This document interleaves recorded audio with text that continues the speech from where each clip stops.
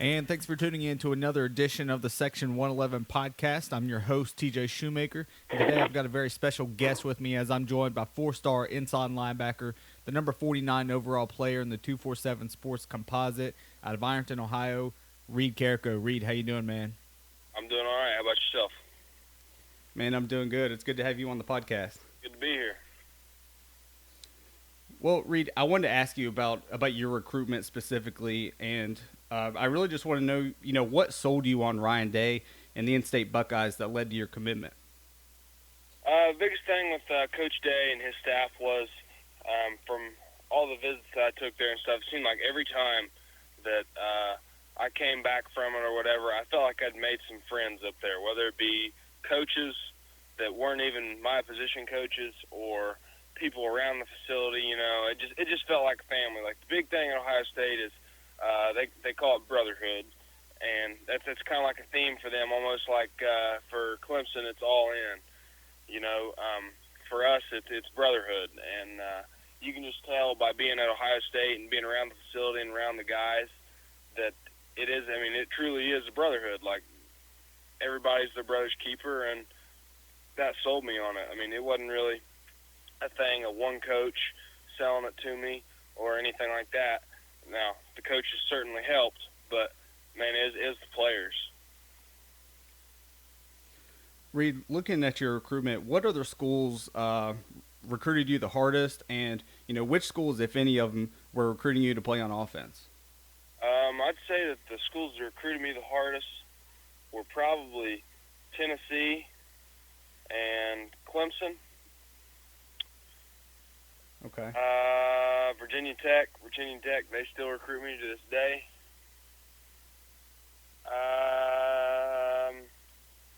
Those are probably the ones that contacted me the most right there. And as far as offense goes, I was offered to pretty much have my choice to play running back or linebacker at Virginia Tech, Pitt, and Tennessee. And there might be another one in there somewhere that I'm not thinking about. But definitely not as many schools as what I had to play linebacker, but I always intended on playing linebacker in college anyways. So That's awesome. So, Reid, looking at this 2021 Ohio State class, it's absolutely loaded at the moment. Have you taken on a role as a recruiter for the Buckeyes? And if so, what prospects are you recruiting to join you in Columbus? I definitely took on a recruiting role. I didn't do it like a coach would do it or something. I didn't try and sell Ohio State to people. I tried to become friends with people because you hear the same old thing from coaches a lot of times, and it becomes like redundant. And to me, I always felt like I wanted to go somewhere where there are other players, and they're good dudes. Because after all, I mean, those are the guys you're going to be spending the most time with. So if Right. you're comfortable with people at that school, then I mean that's a bigger or like a better reason to go there. So like when it comes down to a recruit or myself making the decision, it's always about the relationships and stuff. And when you feel like you're connected to guys on in a recruiting class or whatever, or you're friends with the commits, like they would take you and go to war with you already. I mean, what more can you ask for?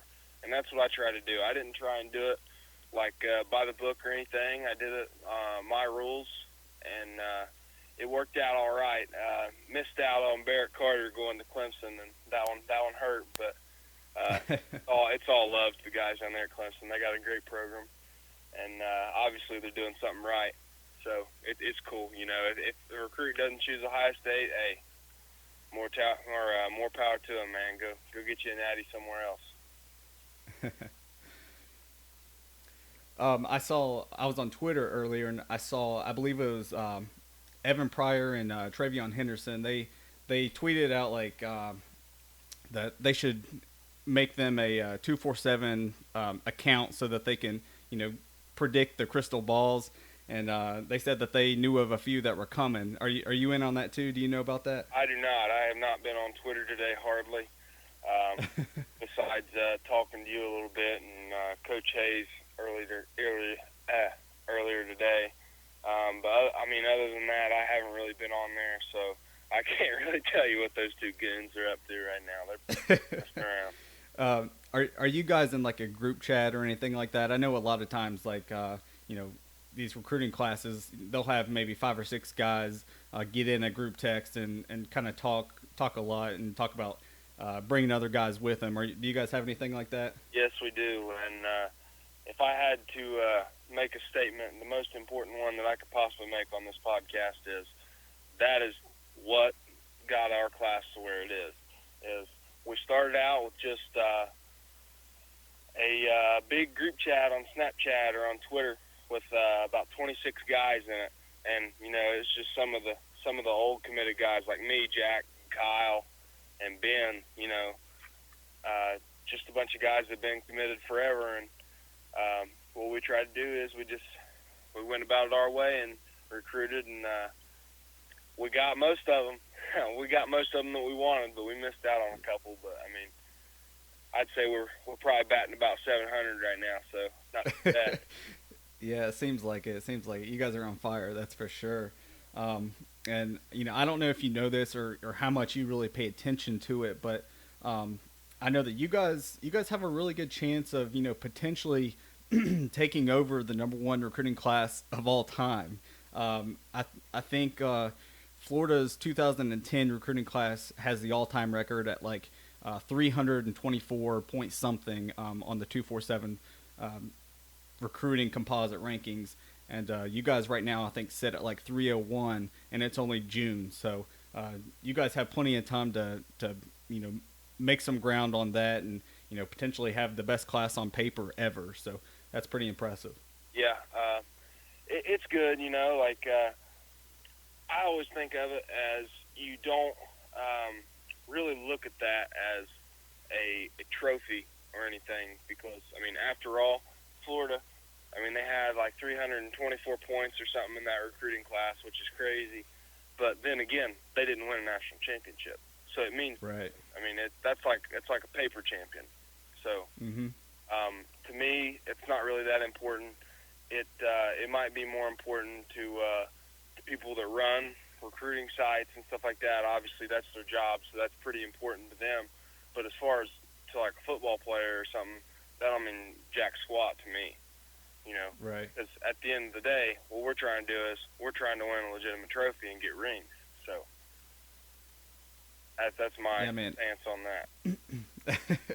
And you probably don't know this either, but for the people that listen to this podcast, they all know that I'm a Florida fan at heart. So you just shit on me big time, and they're probably laughing right now.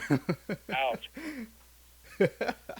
No, you're good, man. No, I get it though. I get it. And a team that kind of lives by that right now. The recruiting titles, I guess you could say, is you look at Georgia. I mean, they're year in year out. They're #1 or #2 in the recruiting, but yet they don't have anything to show for it at the moment. So I mean, it really means nothing unless you get that national championship. That's right. That's exactly right. Reid, I wanted to ask you, about how recruiting goes, especially now that COVID-19 has had a huge impact on recruiting. So I wanted to ask you if you have been on what they call the virtual visit, and if so, what was your thought on it? I did a couple of virtual visits. It's kind of like let's look at it as almost like as if it was a concert. Okay, everybody buys the tickets and stuff to see a concert, right? They want to see it live. But if you go on YouTube and go to watch a concert on YouTube, it still ain't the same because you're not there in person. So, I mean, it's good and everything to learn some information about the university or whatever, but at the end of the day, you got to be on campus to see if you want to go there for the next 4 years of your life. And thankfully for me, I was already committed. But for the 2022 guys and 23 guys, really, I mean, that's a shot to the heart to them because this is the most important summer of their recruiting cycle, bar none. Yeah, for sure. Because especially like on the normal schedule, you have the whole month of June to go and visit places, which a month, you know, a month. I visited like 6 schools in a month, and that's not even really a lot, you know, like, but still, I mean, it's a messed up situation. Hope everything gets back to normal pretty soon. Um, that's my stance on that. I just don't think that virtual visits are even half of how good a in-person visit is. But that's the hand that we've been dealt right now. So we got to Yeah, do something. yeah. So, do you think that the virtual visits will kind of become a part of recruiting once COVID-19's over? Like, especially for instance, like there are some kids that either live super far away from campus or don't have the money or the financial backing to make it to a campus. So, do you think that like a virtual visit could be good in that aspect? Yes, I think that it can be very useful for somebody who lives, like, let's say that we're recruiting somebody that's out in Washington or out in California, and they just can't make it at the time. In the future, when all this stuff settles down, that could be very useful because people get a feel for really what goes on there and stuff like that. In that aspect, it could be very useful. But like I said, it's still not the same as being on campus. But if that's all you can do, if you're a super busy guy out west or something, or you don't have the money to go on a visit until your officials when the schools pay for it for you, then it's definitely a good thing to do. I mean, if that's all you can do is get online and do the virtual visit, that's what you got to do. I mean, you got Yeah. I mean, I guess it's better than not seeing it at all. But yeah.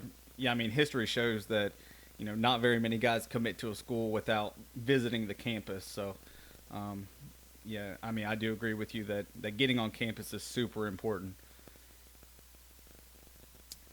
Reid, let's kind of look ahead to the 2020 season and kind of get your thoughts on what's going to happen with the 2020 Buckeyes and what your expectations are. Do you think that Justin Fields walks away with the Heisman after this year? Justin Fields certainly has a good shot at it. Where I think will be good with Ohio State is this year. This year, I think that you'll see more big plays and stuff from the linebackers. Now, everybody knows that the D-line is always going to be good, at Ohio State. But I think that, I mean, you got Pete Warner, Tuff Borland, Baron Browning, and those guys, Taraj Mitchell. They're all returning. I don't know if Taraj is a senior or not, but they got experienced linebackers, experienced DBs with them. Sean Wade returning. They'll still have a good defense. Obviously, you don't have the cheat code Chase Young lining up, but Yeah. they'll still be good. And with Trey Sermon moving in, they got a guy to replace Dobbins. I don't know what the deal is with Master Teague. I know he messed up his Achilles or something like that. I don't know if he'll be back by the season, but if he's not back by the season, then obviously Trey Sermon's going to be extremely valuable in a national championship push this year. Yeah, for sure. I think with the loss of Dobbins, even though you bring in an experienced guy like Sermon, who's projected to be one of the top 5 running backs in next year's draft, off based on some projections that I've seen, I think that you're going to see this Ohio State offense really open up the passing game, and I think there's going to be some big explosive plays in the passing game that maybe you didn't see last year. I feel like last year there was a lot of underneath routes and things like that, just some crossing routes, get some guys open. But I think you're going to see guys like Olave and guys like that, Garrett Wilson, beat some guys deep and have some big passing plays this year. Yeah. But like you were saying on the defense, it's not a rebuild; it's more like a reload. So, I think the defense is going to be primed for another big year too. Yeah, definitely.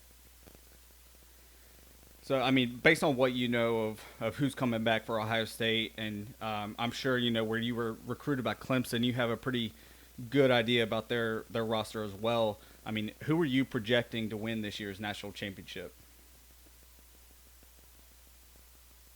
I'm going to say, obviously I'm going to say Ohio State, but that's because I do not really know. I don't know as much about Clemson's roster as what you might think I would, but I do know one thing. Trevor Lawrence is coming back. I don't know if the running back is coming back, but I know that Clemson's defense is always going to be good. Coach Venables, he knows what he's doing. He's always got the linebackers tuned up and ready to go. I won't be surprised if it comes down to Ohio State and Clemson again this year. Yeah, man, I'm right there with you. That's kind of what I'm projecting, and kind of looking at Clemson's roster. Justin Ross, one of their big-time wide receivers, is actually out for the season this year. So, with that being said, that's only one player, but I feel like that's a huge blow to Clemson's receiving core. So I'm actually, if I had to pick between the two, I would actually say Ohio State. But ETN, the running back, is back this year, surprisingly, and he's a threat in itself in the run and pass game. So maybe he picks it up a little bit and picks up the slack for Ross's absence. But at the moment, ranking the teams, I would say Ohio State 1, Clemson 2, and but we'll see how it plays out. In the past couple of years, it's really seemed like this past year. That was really the first year that it didn't seem like the Ohio State Clemson game in the playoff like a couple of years ago. It seemed like that was the national championship. Yeah, it did. This year, it was LSU showed up. LSU had the 1 seed and everything like that, right? They had the 1 seed, right? Yeah. Okay. Yeah. And they had the 1 seed, and it still seemed like they were the underdog. And they stole it right from Clemson, because, Joe Burrow, the receivers out there, everybody in LSU came together, got it done. To me, next year is just going to be another Ohio State-Clemson battle. Don't know what Alabama has coming back. Who knows what Georgia will be like. Other than that, like I said, I feel like it's just another Ohio State-Clemson year. Yeah, I agree. I think we're primed to see another rematch, and I'm here for it. So Yeah. Reid, I wanted to get kind of a little personal with you, and let the listeners kind of get to know you as a person, and ask you, what does Reid Carrico do in his spare time? What I do in my spare time is pretty much I hang out with my buddies. Whatever we get into, we might get into something different every day, whether it's going to the lake or going fishing or going to shoot pool or play cornhole, whatever. I spend a lot of time with my buddies and stuff because, after I go to Columbus, who knows when I'll get to see them again, because obviously I'll have a loaded up schedule, so who knows when I'll get to come back down to Iron and hang out with them. So I try and spend as much time with them as possible. Like to go out to eat and stuff. At some restaurants around here, like in Ashland or in Iron. What would you say your favorite restaurant is? Around here, I'd probably say the Depot, which is in Iron.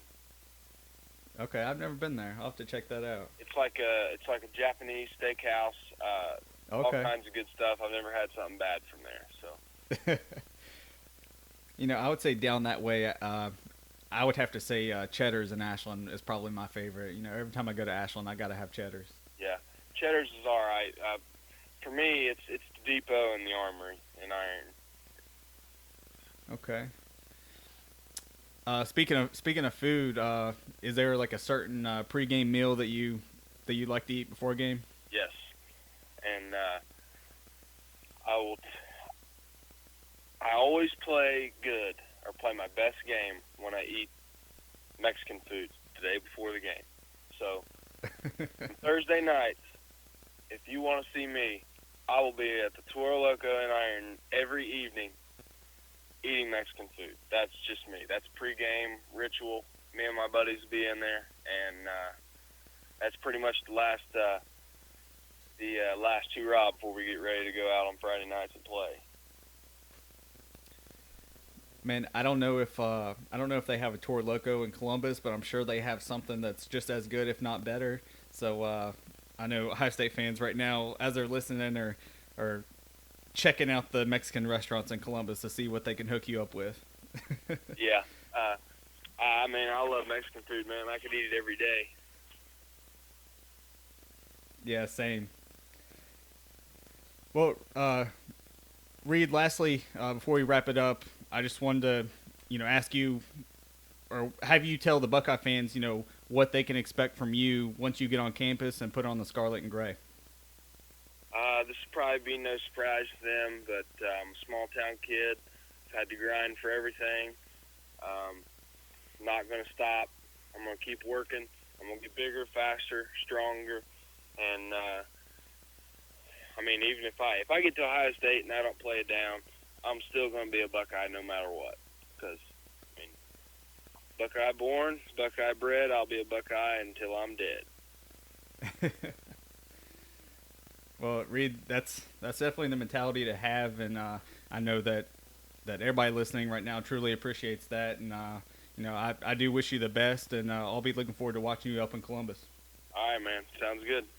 And that was four-star linebacker Reid Carrico joining me here on Section 111. I'd like to thank Reid for coming on the show and, just taking the time out to do so.